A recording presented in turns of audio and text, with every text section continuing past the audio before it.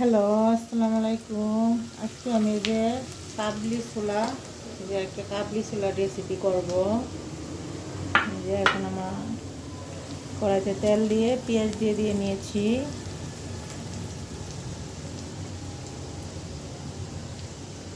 এখন আমি যে আর রসুন, একটু আদা পেস্ট দিয়ে লবণ দিয়ে দিলাম পরিমাণ মতো।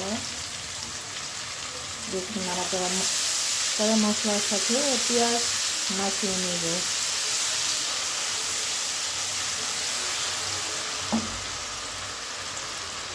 তারপর একটু ধনিয়া, মরিচ, হলুদ আর একটা চাট মশলা দিয়ে এটাকে নাড়াচাড়া করে নেব।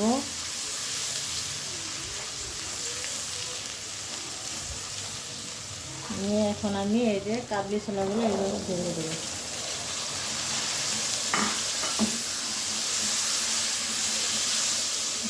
আমার কাবলি ছোলা রেডি হয়ে যাচ্ছে।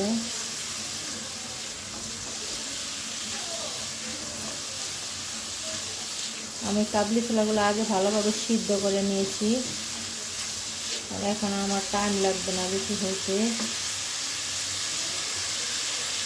তারপর যে জিরা পাউডার দিয়ে নিলাম।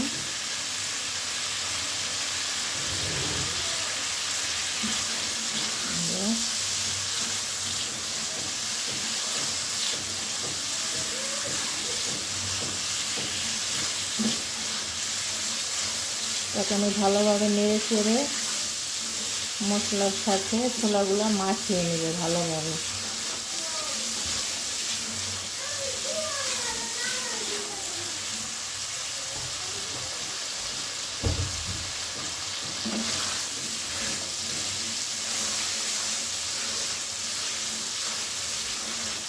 এই যে আমার ছোলাগুলো হয়ে যাচ্ছে।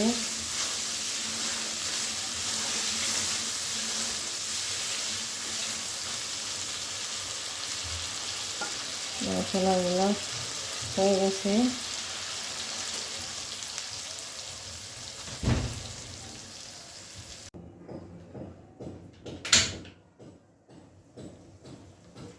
এখন আমি এই যে ছোলার সাথে এগুলো আমি মিশিয়ে নেব। একটু কাঁচা পেঁয়াজ, কাঁচা মরিচ, তারপর ধনিয়া পাতা কুচি, তারপরে একটু শসা কুচি আর একটু টমেটো কুচি দিয়ে দিলাম। হালকা হালকা শীত, এগুলো খেতে খুবই ভালো লাগে বিকালে। যেগুলো আমি ছোলার সাথে মিশিয়ে নিচ্ছি।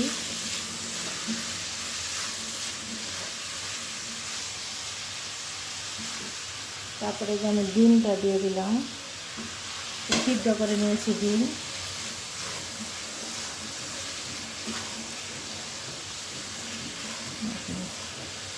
এখন আমার এগুলো সব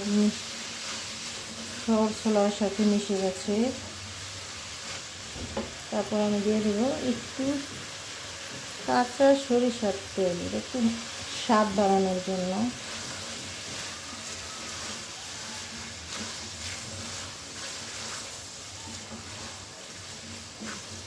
এই যে আমার ছোলাটা এখন পুরো ডান হয়ে গেছে। কত সুন্দর কালার আসছে। টমেটো, শসা, ডিম, ধনিয়া পাতা এগুলোর সাথে কাঁচা পেঁয়াজ দিয়ে মিশিয়ে, লেবু কুচিও ছিল। এই যে আমার ছোলাটা হয়ে গেছে।